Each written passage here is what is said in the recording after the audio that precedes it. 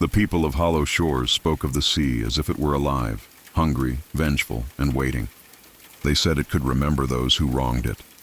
On still nights, when the tide crawled back across the sand, it whispered names in a voice only the guilty could hear.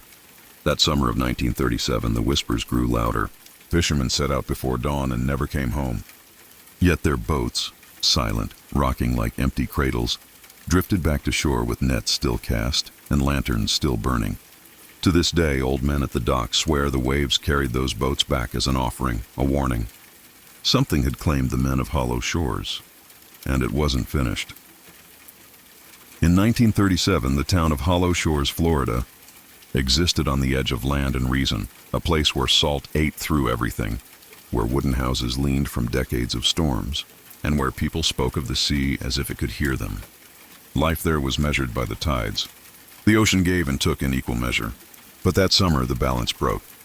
It began quietly, just whispers among fishermen that the currents had shifted, that the gulls no longer followed the boats out, that something beneath the waves was watching. The air turned thick and metallic, the nights unusually still. Then the first boat came back without its man. It belonged to Clyde Mercer, a fisherman with weathered hands and a history as long as the shoreline itself. On June 3rd, he set out before dawn under a low gray sky, his lantern swinging in rhythm with the tide. The next morning, the Evelyn May was found drifting back toward the dock, its nets full, its sails limp, the engine silent. Everything was in place, except Clyde. His pipe still rested on the seat, a thin line of ash clinging to the rim. There was no blood, no overturned bucket, no sign of panic, just the faint smell of sulfur, and a single muddy footprint pressed backward toward the bow. In the following weeks, 2 more boats returned the same way, laden with catch, but empty of crew. By the 3rd disappearance, people stopped believing it was coincidence. Mothers begged their sons to stay ashore. Men started locking their boats to the dock at night. The sea, once their livelihood, had turned on them. Old-timers muttered that Hollow Shores had forgotten its promise, that the inlet was cursed ground, built over an old smuggler's graveyard from the Prohibition years. They spoke of debts unpaid and secrets buried under silt. Some said the sea was collecting. Others said it was remembering. The sheriff, Amos Talcott, tried to keep order, but fear spread faster than his reassurances. He walked the docks every evening, staring out into the fog, waiting for the next ghost ship to return. Each time a boat drifted back without its man, he found the same thing. Everything intact, as if time had stopped mid-breath. Even the gulls refused to land on those vessels. At night, strange lights flickered beyond the reef, soft, rhythmic pulses like a signal no one could decipher. Some said it was smugglers, others swore it was the dead calling home. By August, Hollow Shores no longer slept. Doors stayed bolted and the town's church bells tolled each time another name went missing. In a place where every soul depended on the sea, the water had turned traitor. The boats that came back empty weren't just reminders of loss. They were warnings, silent and deliberate, like messages carried in by the tide, whispering of something vast, patient, and ancient that had awakened beneath the waves.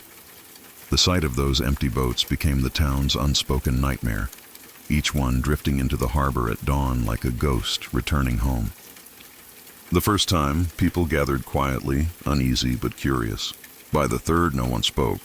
The boats came back whole, as if untouched by storm or struggle, their decks washed clean and ropes still coiled neatly. The nets sagged heavy with fish, scales glinting silver in the early light, but not a single soul was aboard. The sails fluttered in the breeze, and the soft creak of wood against water echoed across the docks. There was something unnervingly deliberate about it, as if the sea itself had decided to return what it didn't want. Some fishermen swore the tide carried the vessels in against the wind, their hulls gliding with eerie precision through the mist. When the harbor bells rang each time a lost man's boat reappeared, it felt less like a warning and more like a funeral. The town began to change.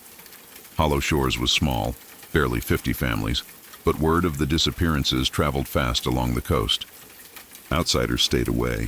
Fishermen from neighboring towns refused to sail near the inlet. The docks, once bustling with chatter, fell silent. Every creak of a mooring line sounded like a sigh, every ripple in the water like a whisper.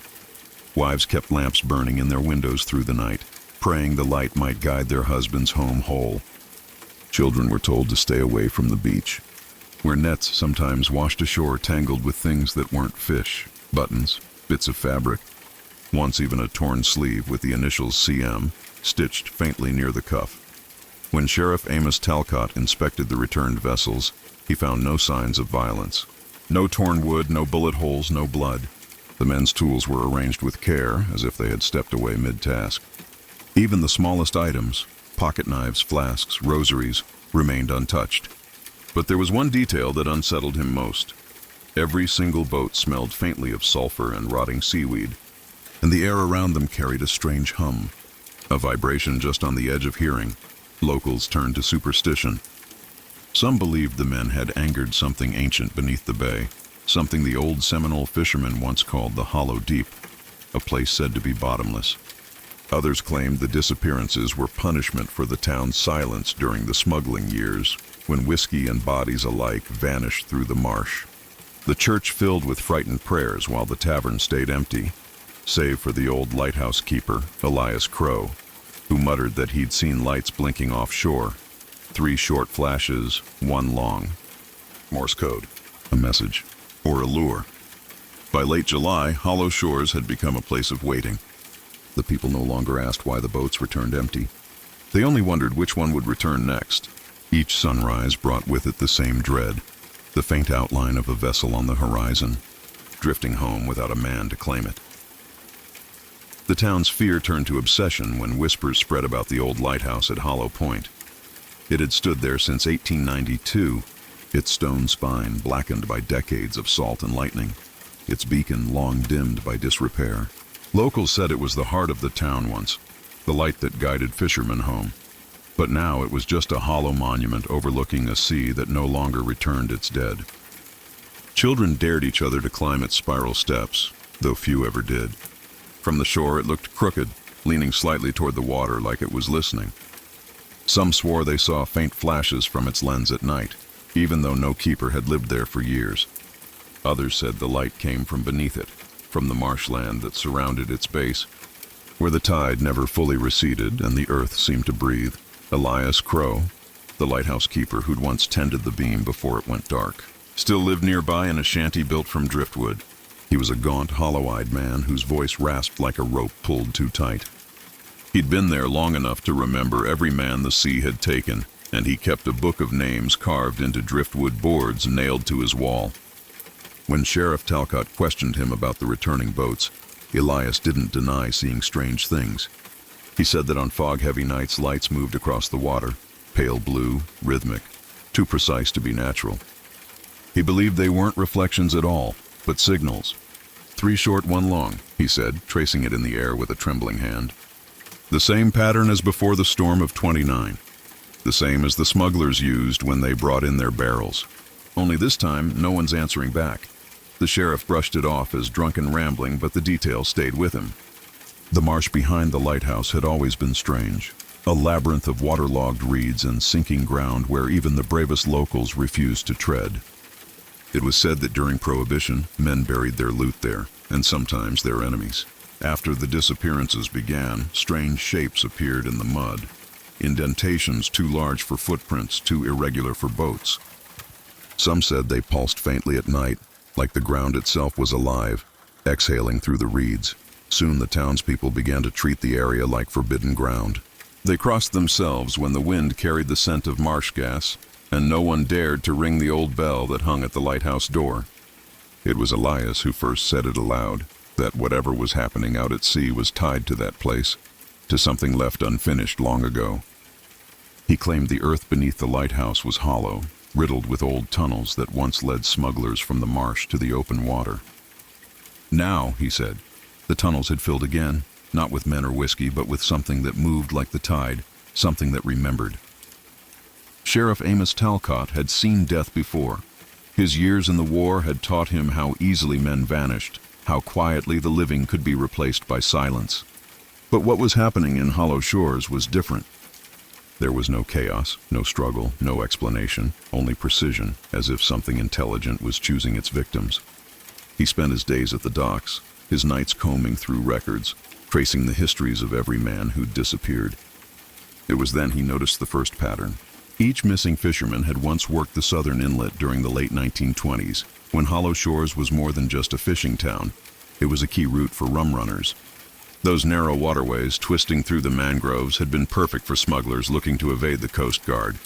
After Prohibition ended, the routes were abandoned, sealed off, and forgotten. But Talcott's gut told him the sea hadn't forgotten. He found old manifests from that era, faded ink on damp paper listing shipments that never arrived and crews that were never accounted for. The same names appeared again and again, including the fathers and uncles of the men who were now missing. It was as though the past had reached up and reclaimed its own. When Talcott shared his findings, the townspeople refused to listen. They didn't want to believe their fathers had blood on their hands. But the sheriff pressed on, following every clue that led him deeper into the marshland where those old smuggling routes once ran. There, the air was thick and sour, and the water moved sluggishly between roots that jutted from the mud like bones. He discovered remnants of wooden docks, half swallowed by silt, crates marked with the insignia of a defunct shipping company, and fragments of old whiskey bottles. But there were fresher signs too, cigarette butts, boot prints, and the faint outline of a lantern burned into the mud, as if someone had been there recently, watching.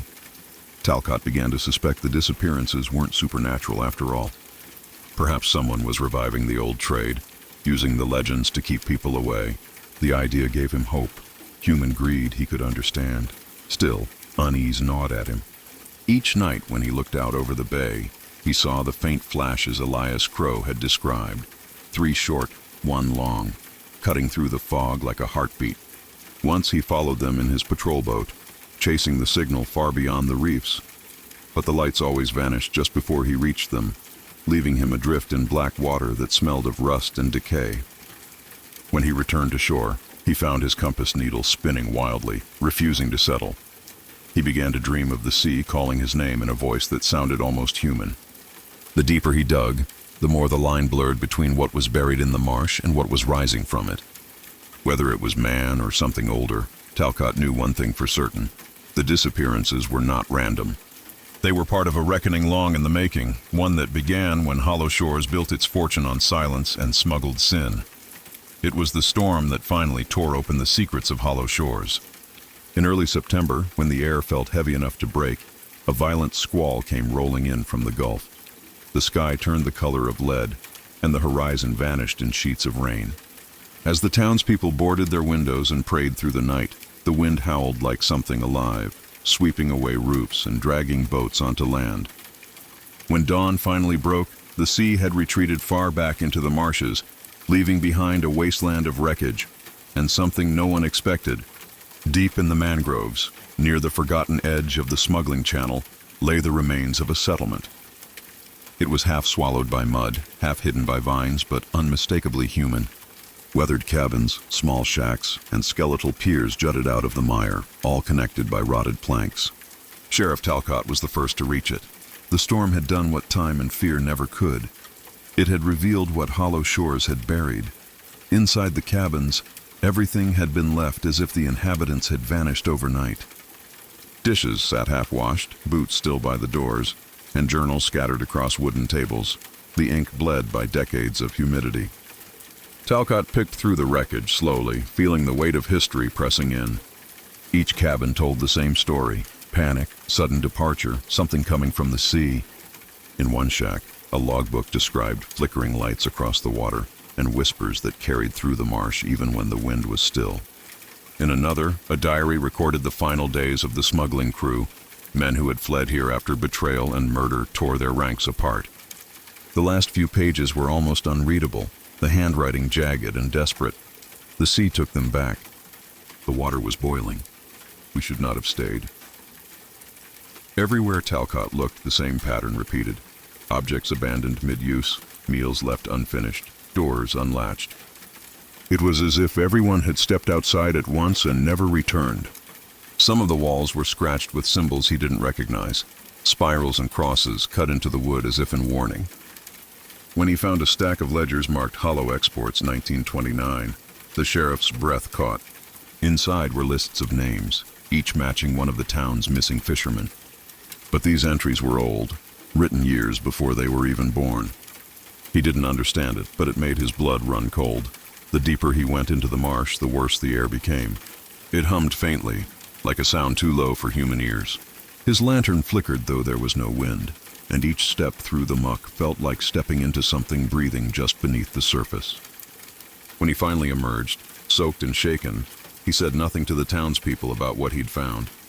But that night, standing alone by the ruined lighthouse, Talcott saw lights rise again from the horizon, 3 short, 1 long, burning steady through the fog, as if answering some unspoken call from the forgotten village beneath the sea. In the days that followed his discovery, Sheriff Talcott's mind was haunted by the flicker of those lights beyond the reef. They pulsed with the same rhythm Elias Crow had described, 3 short, 1 long, repeating endlessly in the darkness like a heartbeat beneath the waves.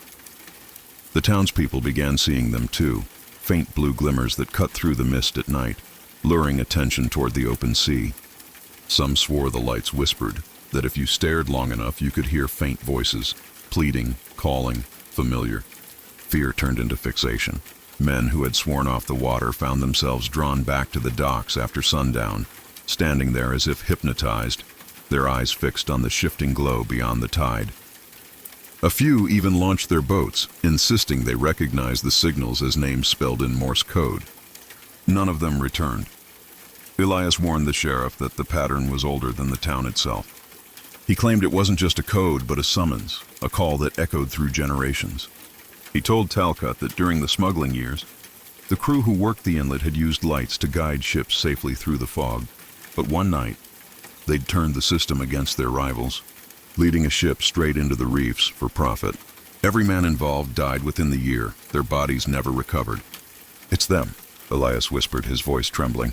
"Those lights belong to the betrayed." Talcott dismissed it as madness, but even he could not deny the pull of the signal. The pattern appeared to follow him, on the reflection of the water, on the glass of his lantern, sometimes even in his dreams. The town began to crumble under the weight of fear. Nets lay unused, boats gathered dust, and the harbor that once smelled of salt and tar now stank of rot. At night, dogs barked at the shoreline, and strange shapes moved through the fog, figures that vanished when approached, leaving only wet footprints that led nowhere.